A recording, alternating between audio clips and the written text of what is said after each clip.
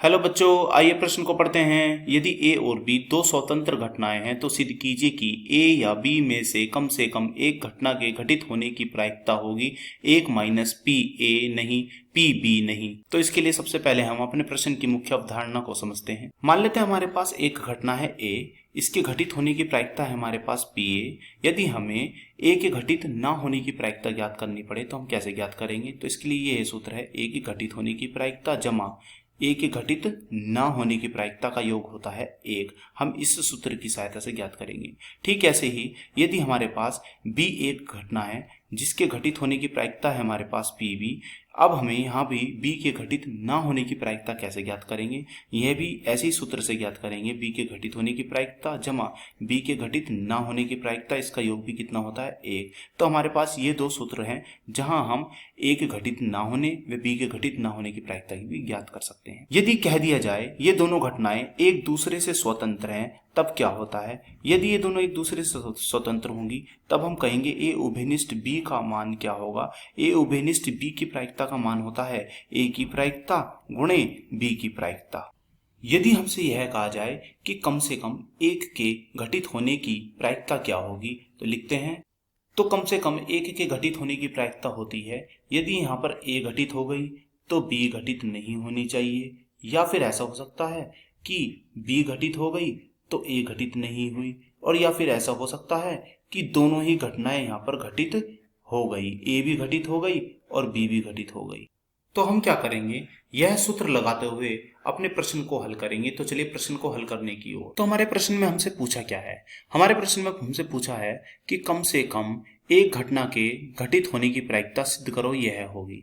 तो हमने यहाँ पर एक सूत्र बताया हुआ है, इस सूत्र को ही हम यहाँ पर लगाएंगे और यहाँ पर जो हमारे ये लिखे हुए हैं ए की प्रायिकता व बी की प्रायिकता, इन्हें हम ए व बी के घटित ना होने की प्रायिकताओं में बदलेंगे। क्यों बदलेंगे? क्योंकि हमें सिद्ध भी कुछ ऐसा ही करना है जहां पर लिखे हुए हैं ए की प्रायिकता न घटित होनी और बी की प्रायिकता ना घटित होने के रूप में।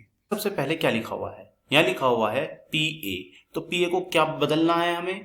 पी ए नहीं के रूप में। तो बदल दीजिए। तो कैसे लिखा जाएगा? यह लिखा जाएगा एक माइनस पी ए नहीं, लिख दिया है। अब हमें इसके साथ क्या लिखा हुआ है? इसके साथ लिखा हुआ है पी बी नहीं, तो हमने वह भी लिख दिया। फिर है जमा के बाद फिर क्या लिखा हुआ है? यहाँ पे लिखा हुआ है पी बी। तो पी बी को हमें बदलना होगा पी बी नहीं के रूप में। तो कैसे बदलेंगे? हम यह बदलेंगे एक माइनस पी बी नहीं, तो हमने बदल दिया है। साथ में क्या लिखा हुआ है? इसके साथ में लिखा हुआ है ए नहीं की प्रायिकता। तो ए नहीं की प्रायिकता ऐसे लिखेंगे क्योंकि यही हमें चाहिए। फिर आगे हमें क्या दिया हुआ है? हमें आगे लिखा हुआ है ए की घटित होने की प्रायिकता व गुणा बी के घटित होने की प्रायिकता। इन दोनों को नहीं के रूप में बदल देते हैं। तो बदल दीजिए ए माइनस ए के घटित ना होने की और फिर गुणा में एक माइनस बी के घटित ना होने की। अब यहाँ हम इन दोनों में उभयनिष्ठ ले लेते हैं। क्या आएगा उभयनिष्ठ? यहाँ उभयनिष्ठ आएगा एक माइनस पी ए नहीं। तो ले लीजिए एक माइनस पी ए नहीं। तो ये हमने उभयनिष्ठ ले लिया है। तो अंदर क्या बचेगा? अंदर हमारा बचेगा पी बी नहीं जमा हमारा आया एक माइनस पी बी नहीं। और बचा हुआ भाग क्या है? बचा हुआ भाग हमारा एक माइनस पी बी नहीं और गुणा में क्या है?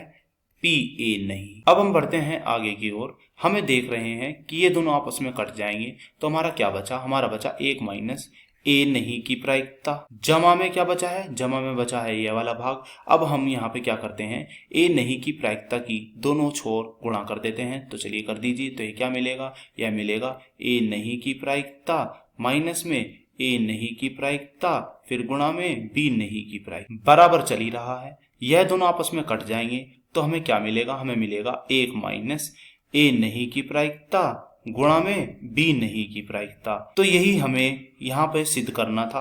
क्या सिद्ध करना था? हमें सिद्ध करना था कि कम से कम एक घटना के घटने की जो प्रायिकता होगी वह होगी हमारी एक माइनस ए की प्रायिकता नहीं गुणे बी की प्रायिकता नहीं। तो यहाँ केवल हमारा यही उत्तर आया है, एक माइनस ए के घटित ना होने की प्रायिकता गुणा बी के घटित ना होने की प्रायिकता। यही हमें सिद्ध करना था। तो आशा करता हूँ यह प्रश्न आपको समझ में आया होगा। धन्यवाद।